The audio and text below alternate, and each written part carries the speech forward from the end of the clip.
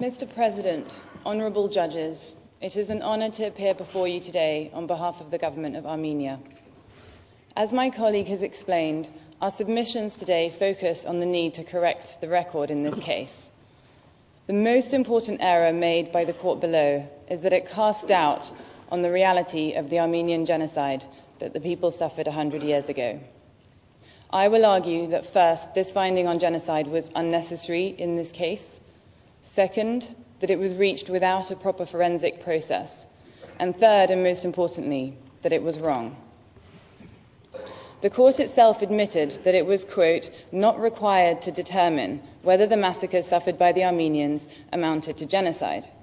This is also the position conceded by the applicant and by the government of Turkey, and the government of Armenia agrees.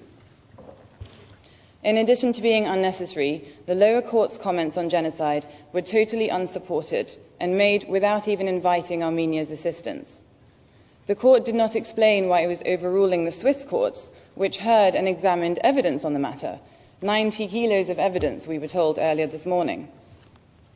Instead, the lower court reached its conclusions that the genocide was not proved or even provable without using any of the fact-gathering tools available to it. It didn't seek the submission of documentary evidence, it didn't call expert witnesses, it didn't hear fact witnesses, it didn't conduct on-site investigations. Mr. President, this court is not the forum, and Perinçek is not the case in which to determine state responsibility for the crime of genocide. But if this chamber were minded to make such a judicial determination, then Armenia must have its day in court.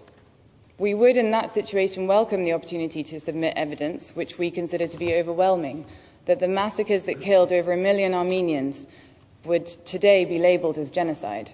It's something we can't possibly do justice to in the few minutes we've been accorded this morning. In the judgment below, the findings on genocide were simply wrong.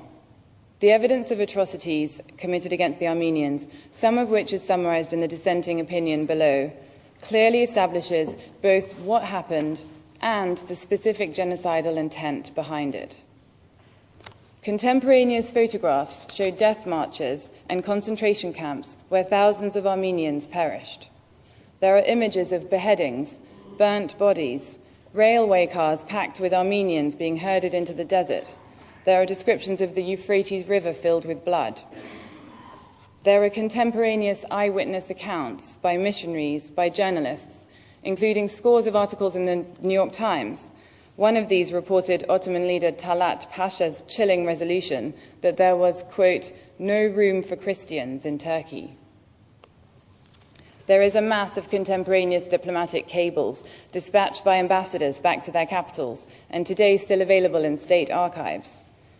The Ottoman Empire's US ambassador Henry Morgenthau, for instance, confirmed that, quote, a campaign of race extermination is in progress against the Armenians. Even the ambassador from Germany, Turkey's ally, said that government leaders were admitting that the purpose behind their actions was, quote, the total obliteration of the Armenians. And in a joint statement issued in 1915, France, Great Britain and Russia denounced the, quote, crimes of Turkey against humanity and civilization. There are also the Ottoman laws ordering deportations and expropriating the houses and churches of the expelled Armenians. Mustafa Arif, who was interior minister in the Ottoman Empire in 1917, admitted that his predecessors had, quote, carried out the law on deportation to exterminate the Armenians. And there is the admission in the Treaty of Sèvres of 1920, where the government of Turkey undertakes to hand over the persons who were, quote, responsible for the massacres. There are the verdicts of Ottoman courts, too, convicting the principal perpetrators and sentencing them to death. This includes the court-martial trial of the Ottoman Prime Minister Talat Pasha, as well as other high-ranking officials. They were all convicted of mass murder rather than the crime of genocide. Mrs. Clooney, may I also draw your attention that the Armenian government has largely exhausted the time allocated, so might I ask you to conclude? I will conclude shortly, yes. Mr. President. I was just saying that the conviction was not for genocide, but that's only because the word genocide had yet to be invented at that time. This is availability of sufficient evidence was summarised in the joint concurring opinion in the court below. Mr. President, you also know that the availability of such evidence has led to the recognition of the Armenian genocide by a variety of governments, parliaments, international organisations and national courts. I won't go into that further because we summarise it in our written submissions.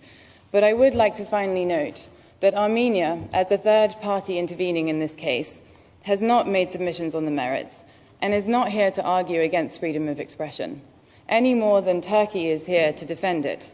This court knows very well how disgraceful Turkey's record on free expression is.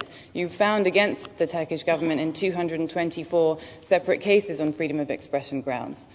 So although this case involves a Turkish citizen, Armenia has every interest in ensuring that its own citizens do not get caught in a net that criminalises speech too broadly. And the family of Mr. Hrant Dink know that all too well. Mr. President, this court has been called upon to address the genocide now to correct the errors made by the court below. And the stakes could not be higher for the Armenian people. The decision you are reviewing was a serious step in the wrong direction. Perinçek and his colleagues on the Talat Pasha Committee, the committee named after the principal perpetrator of the genocide and deemed by the European Parliament to be xenophobic, have celebrated the judgment in its current terms and triumphantly complained that it has solved the Armenian question once and for all. Mr. President, the comments in the lower court judgment on genocide dishonour the memory of the Armenians who perished in the Ottoman Empire a century ago and assist those who will deny the genocide in order to incite racial hatred and violence. We hope that the Grand Chamber will set the record straight. Thank you. Thank you very much.